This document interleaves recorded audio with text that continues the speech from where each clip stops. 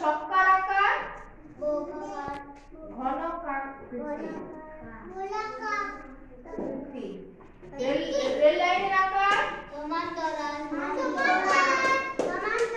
আর লুডোর আকার বর্গাকার। পিরামিডের আকার ত্রিকোণাকার। আর লেখার চকের আকার চৌগাকার। লেখার চকের আকার চৌগাকার। আবার বলো ফুটবলের আকার রেল লাইনের